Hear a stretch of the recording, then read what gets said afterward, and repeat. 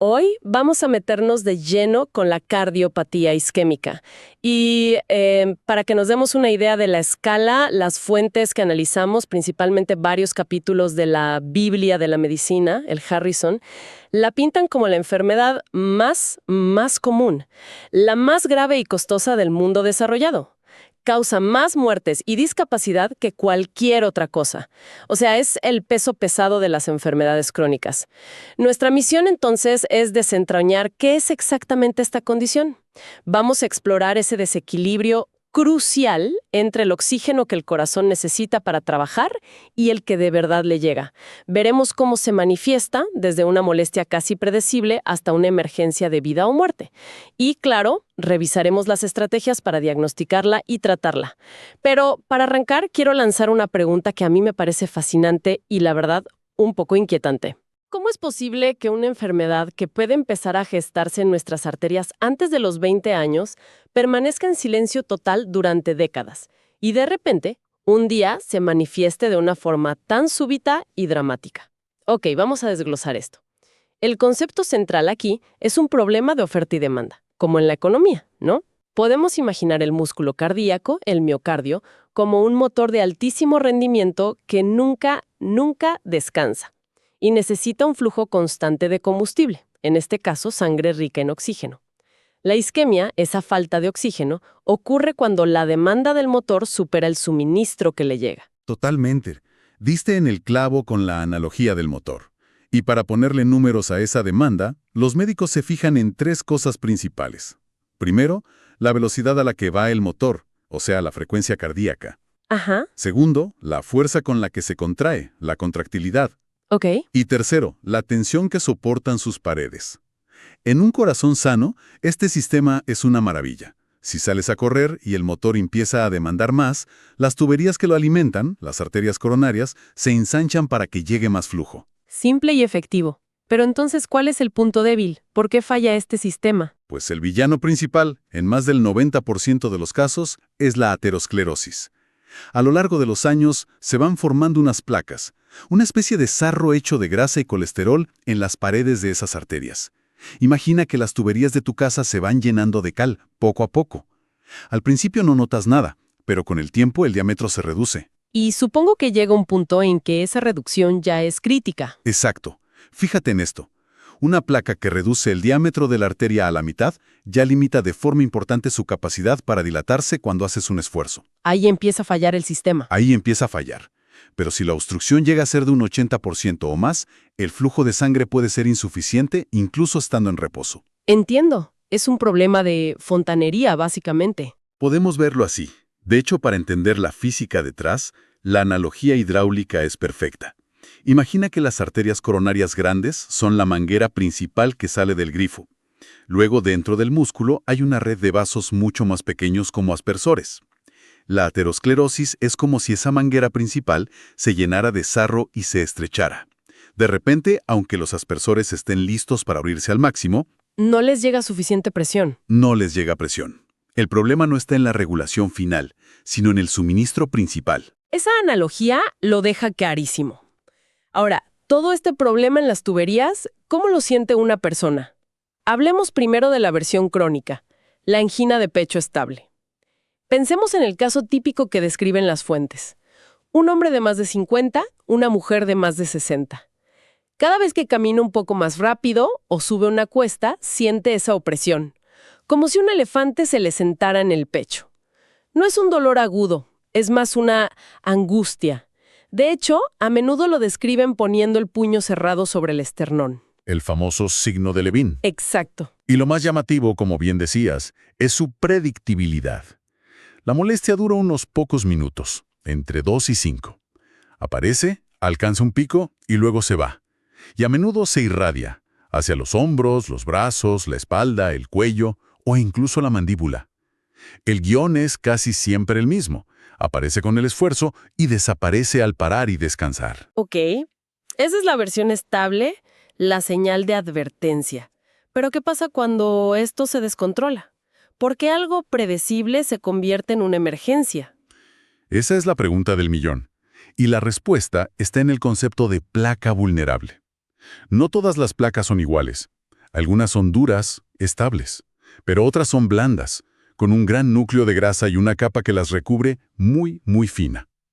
Esas son las peligrosas. Lo que ocurre en un infarto es que esa capa fina se rompe, se fisura. Y el contenido de la placa se derrama. Exacto. El contenido, que es muy trombogénico, entra en contacto con la sangre. Para el cuerpo, esto es como una herida abierta dentro de la arteria, y reacciona formando un coágulo, un trombo, para intentar sellarla. El problema es que ese trombo es el que tapa la arteria. Precisamente. Y dependiendo de si ese coágulo tapa la arteria por completo o solo parcialmente, tendremos diferentes escenarios, lo que se agrupa bajo el término síndrome coronario agudo. Bien, entonces, dentro de ese gran paraguas, ¿qué diferencias hay? A ver, la primera gran pista nos la da el electrocardiograma. Divide el campo en dos. Por un lado, tenemos los casos donde la arteria no está completamente tapada. Los médicos lo llaman SCA sin elevación del segmento ST. Pensemos en esto como una alerta roja. ¿Y dentro de esa alerta roja hay niveles? Sí. La siguiente pregunta es, ¿ya murieron células del corazón? Para saberlo, se hace un análisis de sangre buscando unas proteínas, las troponinas cardíacas. Estas proteínas solo están dentro de las células del miocardio. Si mueren, las liberan. Ah, claro. Si no hay troponinas elevadas, hablamos de una angina inestable. Es un aviso muy serio, pero aún no hay muerte celular. Pero si las troponinas están altas, ya se considera un infarto. Concretamente, un infarto sin elevación del ST o NSTEMI.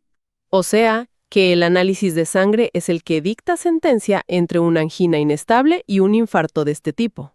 Correcto. Y es fascinante cómo la tecnología ha cambiado esto. Las nuevas pruebas de troponina de alta sensibilidad detectan daños minúsculos que antes pasaban desapercibidos. Entendido.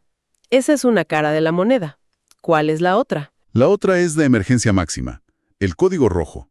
Es cuando el electrocardiograma muestra una elevación del segmento ST. Eso significa que el trombo ha ocluido la arteria por completo, cero flujo sanguíneo. Esto es un infarto agudo con elevación del ST o STEMI. Aquí, cada minuto cuenta. Bien, entonces entendemos la diferencia. Pero si una persona llega a urgencias con un dolor en el pecho, ¿cómo empieza el trabajo de detective? El primer paso es siempre el mismo y el más importante: hablar y escuchar. La historia clínica. ¿Cómo es el dolor? ¿Dónde? ¿Qué lo provoca? Todos esos detalles son pistas cruciales. Y hay que estar muy atentos a los llamados equivalentes anginosos, sobre todo en mujeres, ancianos y personas con diabetes. Síntomas que no son dolor. Exacto. Pueden sentir una falta de aire súbita, náuseas o una fatiga extrema e inexplicable. Una vez que se tiene esa historia, ¿qué viene después? Inmediatamente un electrocardiograma. Es una foto eléctrica del corazón, barata y rápida. A veces, si la persona no tiene dolor en ese momento, el ECG puede ser normal, lo cual no descarta el problema.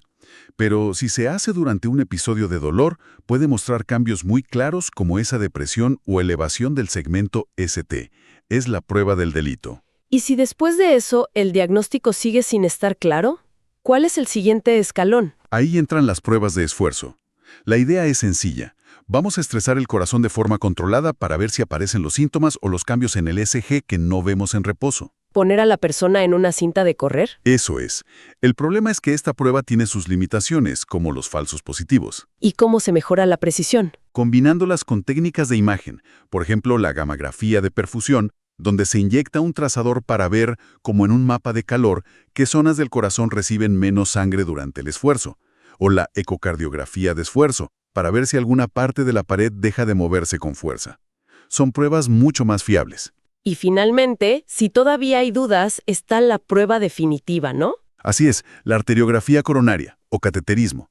Es un procedimiento invasivo. Se introduce un catéter, se lleva hasta el corazón y se inyecta un contraste que pinta las arterias por dentro para verlas con rayos X.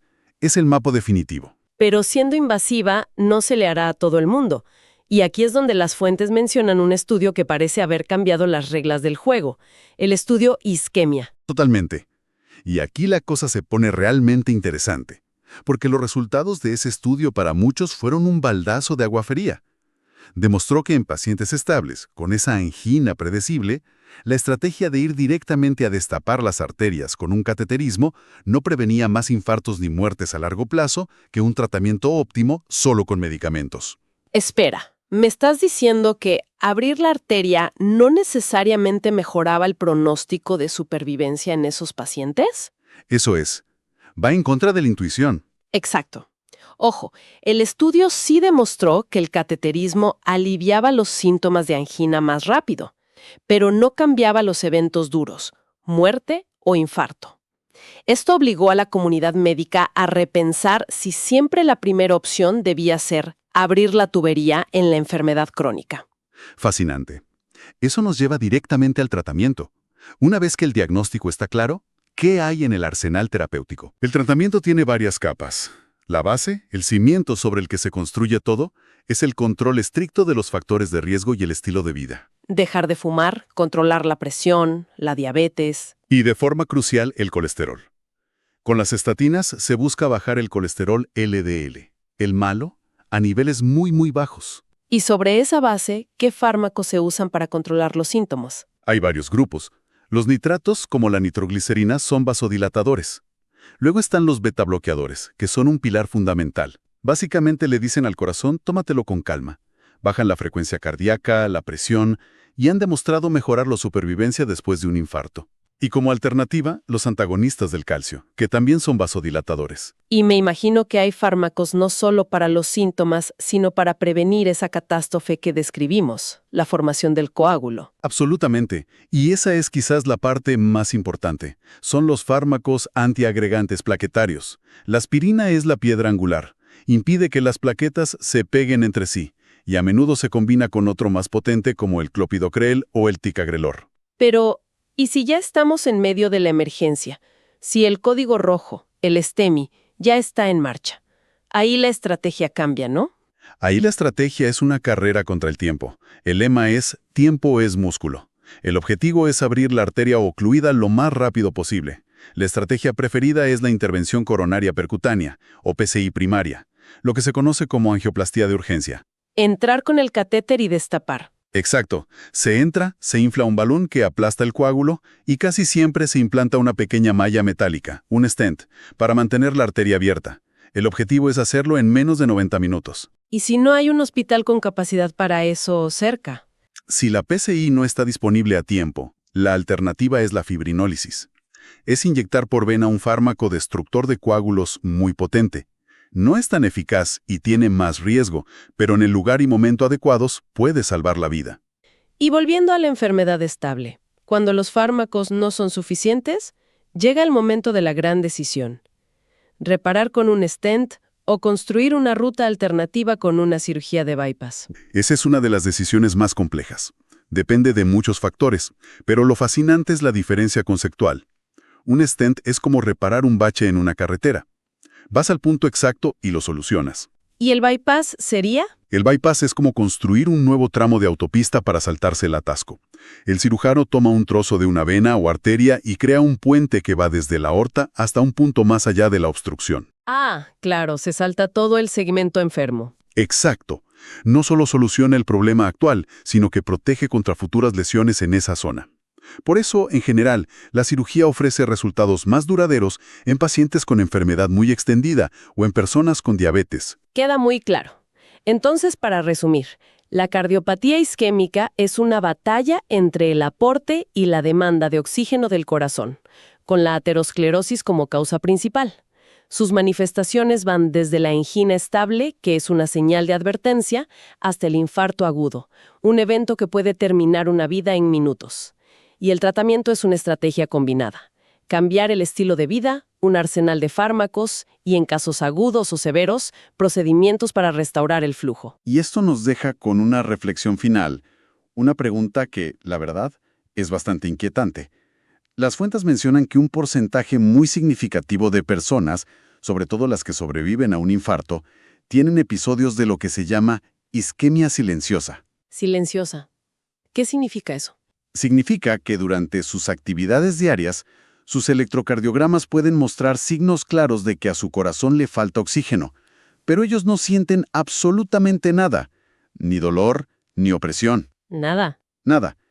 Y esto nos lleva a pensar, si el principal síntoma de alarma de la enfermedad puede estar ausente, ¿cuánta enfermedad coronaria no diagnosticada existe realmente? ¿Y cómo se debería abordar el tratamiento en alguien que se siente perfectamente bien, pero cuya evidencia objetiva nos dice que su corazón está sufriendo y en riesgo?